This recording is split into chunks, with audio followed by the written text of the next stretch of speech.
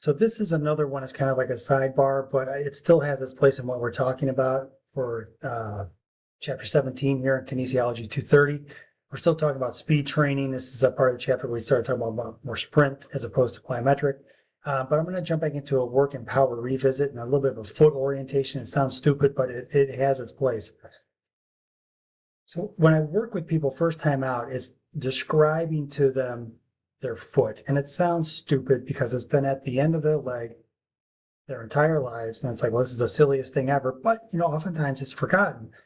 And you're trying to teach your athletes to how to have this creation of force in the body. And we do that in the gym and through plyometric training, and then be able to apply that force into the ground. And then it allows us to have greater yield of force, meaning how much we get out. We're kind of like after an equal and opposite reaction, very Newtonian, if you will.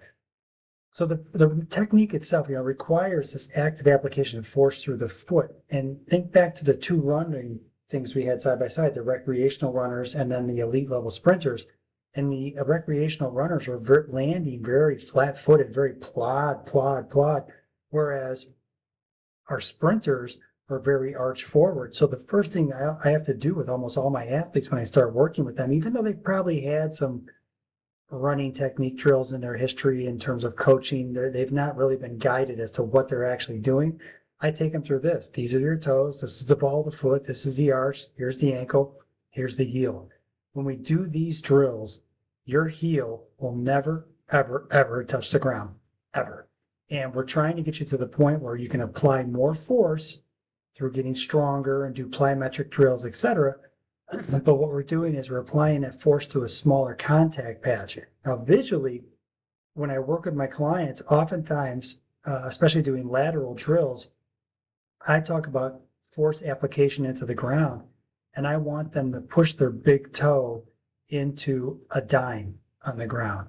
And then I want them to push their big toe into a thumbtack on the ground. And then I want them to turn that thumbtack over and have the pointy side up. And I want them to deliver their force application into the pointy side of a thumbtack. So I'm requiring them to visually or visualize applying the same amount of force, or hopefully they get stronger and they have more force to apply into a smaller and smaller and smaller and smaller contact patch, which we know inherently will make them, will provide greater yield in terms of strength and power.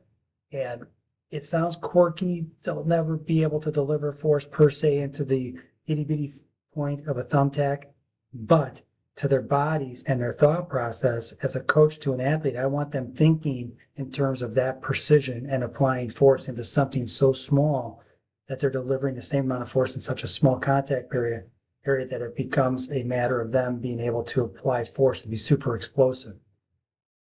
There's a reason why they're called flats, people. They don't have a heel. The spikes are all on the front end. They don't have a heel because the heel never touches. And when we look at the video of Usain Bolt sprinting, he's sprinting towards us.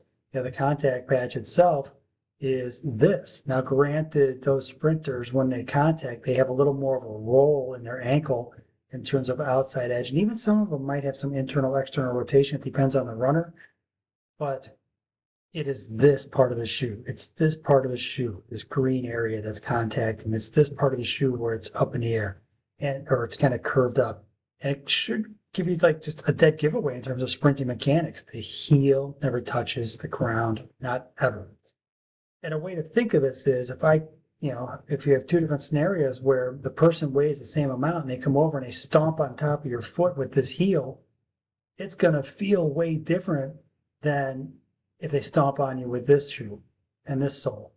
And my point about having the thumbtack and having my athletes deliver force into a very small contact area becomes a little bit more valid when you look at it from this perspective in terms of stomping on somebody's foot with a heel or stomping on somebody's foot in a running shoe. This is going to hurt a ton because even though it's the same amount of force with both of them, this is a much smaller contact area, and so that force is more focused into that smaller area. Same thing when I ask them to push through a dime or a thumbtack. Same story. Now, with sprint technique, you have to have proper technique to be able to correctly apply force into the ground. And they have to be able to take their contact patch, their foot, and make it smaller and smaller. And you want to think in terms of it's not the full foot, it's arched forward. And this gets into this conversation I just mentioned. It's about yield. You're teaching your athletes to be stronger, more powerful in the gym. This is very advantageous to a point. But if you teach them to run like a recreational runner, flat-footed and plotty with poor mechanics, they are going to get less yield out of the ground. They're wasting more energy.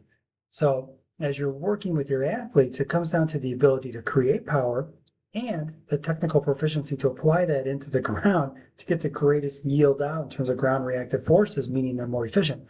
And I will tell you, there's a bit of a horse cart process that happens here when you're teaching running technique drills, and you increase the intensity because you're basically increasing the technical difficulty of those exercises. But the increase in technical difficulty also begets an increase of power production and power application, but that has to be processed by the system, meaning the athlete's body.